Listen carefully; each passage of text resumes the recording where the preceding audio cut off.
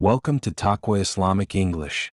In today's digital age, the widespread availability of pornography has silently infiltrated lives, devastating individuals, families, and communities. This is a subject we can no longer afford to ignore. Join us in this vital discussion as we uncover how porn addiction damages your soul, relationships, and faith.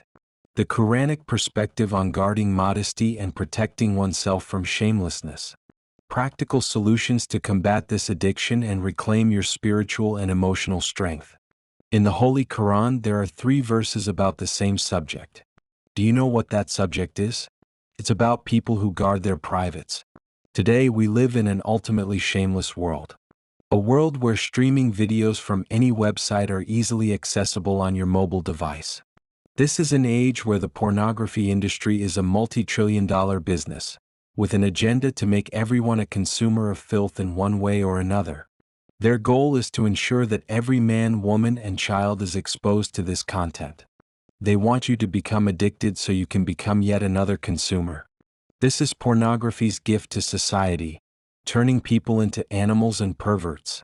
Unfortunately, some of you struggle with this addiction. You watch this content online, save it on your apps and mobile devices, and have even stopped feeling bad about it. You justify it to yourself, telling yourself, "At least I'm not hurting anyone. I'm just watching."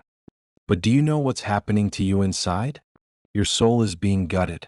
You have no soul left. Your prayers feel empty, and you can't even shed a tear during them. Your heart has been stripped of the fear of Allah because of the filth you've been consuming. It has turned you from a human being into something less. When you see a woman, you no longer see a human being who deserves respect. You see her as a mere object. You check out everyone and everything, constantly gawking and staring. You can't lower your gaze.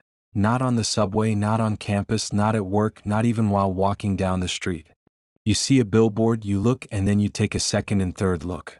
You never miss an opportunity to violate your soul with your eyes. This is addiction. And then you say, "Brother, how do I stop? Help me." What world are you living in? My brothers? Yes, I'm specifically addressing my brothers, though I know some sisters face this issue too. This is not just a sad reality. This is a war. A war more dangerous than any military conflict. This is a war destroying our souls. It's infiltrating our homes. As parents, we want to protect our children from this filth. But when my child goes to school, even if it's an Islamic school, there's a high likelihood that a friend with an iPad or mobile device will show them something inappropriate. This is the reality we face today. It's not far-fetched. I have to prepare my children for the filthy world they are growing up in because there's no escaping this anymore. It's everywhere. Even Islamic lectures on YouTube are followed by suggested videos, and often, something inappropriate sneaks in. I don't believe this happens by accident. While I'm not much of a conspiracy theorist, it's hard to think this is unintentional. And what happens to you when you watch a video? You see something filthy, you click it, then you click something else, and then something else. Eventually, you end up watching disgusting things. That's what happens. Especially when it comes to their privates, they guard them. They guard their shame. Brother, what's the solution? Should I get married? Someone asked the other day. How can I get married right now? No, brothers. Marriage is not the solution. If you're a pervert now, you'll still be a pervert after marriage. If you have no shame before marriage, you won't magically gain it afterward. Do you think marriage will end your problems? No. Your problem isn't marriage. Your problem is spiritual in nature. Your problem is psychological in nature. You need help. You need to stop this. You need to stop hurting yourself like this. You will have nothing left. There will be nothing left inside you. I recently received an anonymous email from a teenager addicted to pornography. A 14 or 15-year-old. He wrote, "I want to kill myself. I can't stop. I've been watching it since I was 11. My parents don't know." I read that email and cried. And he's not the only one. There are millions of Muslim kids like him. Millions. We have to help them. We have to do whatever we can. But we don't have the trillions of dollars in advertising to counter this. And it's not realistic for me to say, Facebook, YouTube, Twitter, the internet, it's all haram. That's not realistic because the internet is as common as oxygen now. The only thing we can do is have a mature conversation about this. We must teach our youth how to deal with this, navigate this, and not fall into it. To the elders here, stop watching Indian movies. Why are you sitting in a lecture about prayer and its importance, yet you don't guard your shame? Mother, daughter, husband, wife, and sisters sitting together watching inappropriate content. This needs to stop. They guard their privates. But guarding your privates doesn't just mean avoiding zina. It means avoiding everything that leads to temptation. Everything that triggers it. They guard it. They know their shame is under attack. They understand that their greatest weakness is their urges, the urges Allah put inside us for a reason. Allah placed them there and every one of us has them.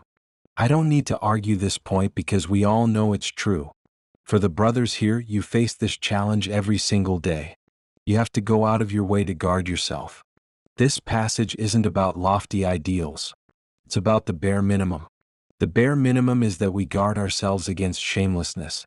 We wage an internal war against this tendency. I know some of you have tried to quit before. You go back and then you try again. And again you fall into that trap. I know some of you are struggling with this.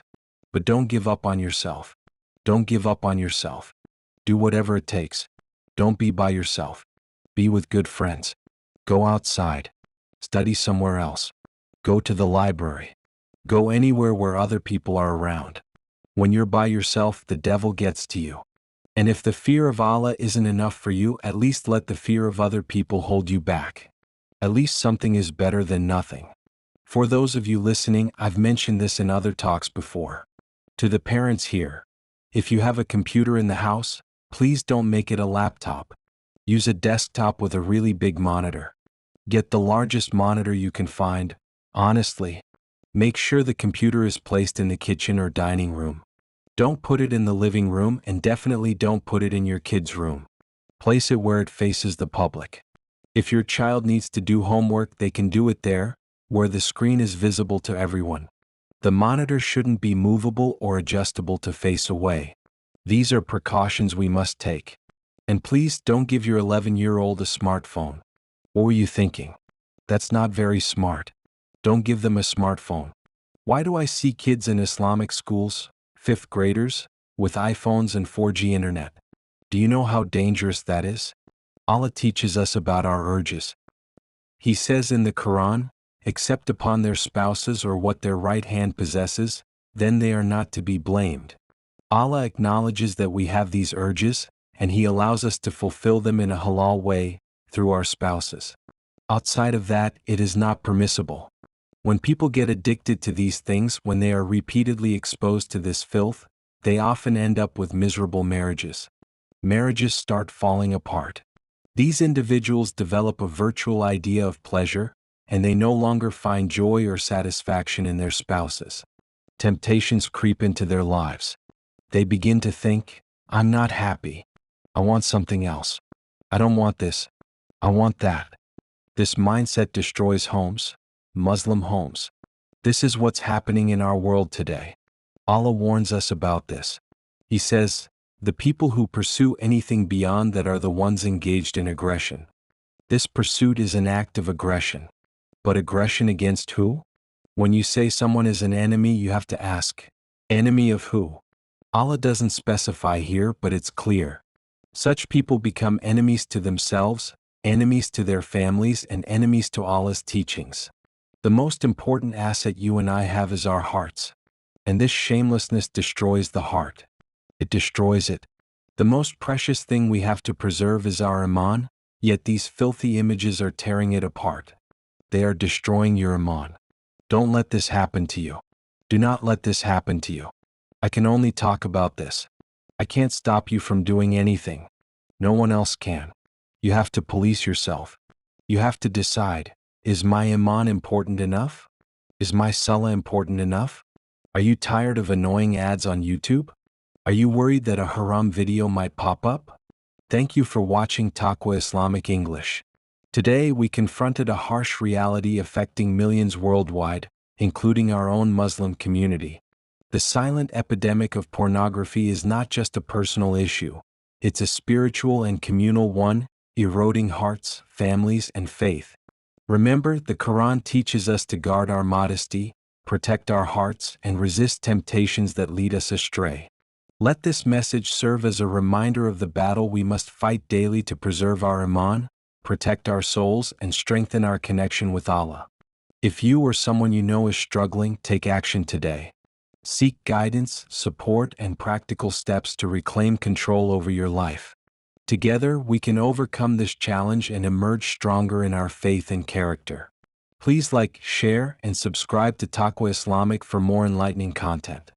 Let's spread awareness and empower others to live lives filled with piety, dignity, and self-respect. May Allah guide us all and keep us steadfast.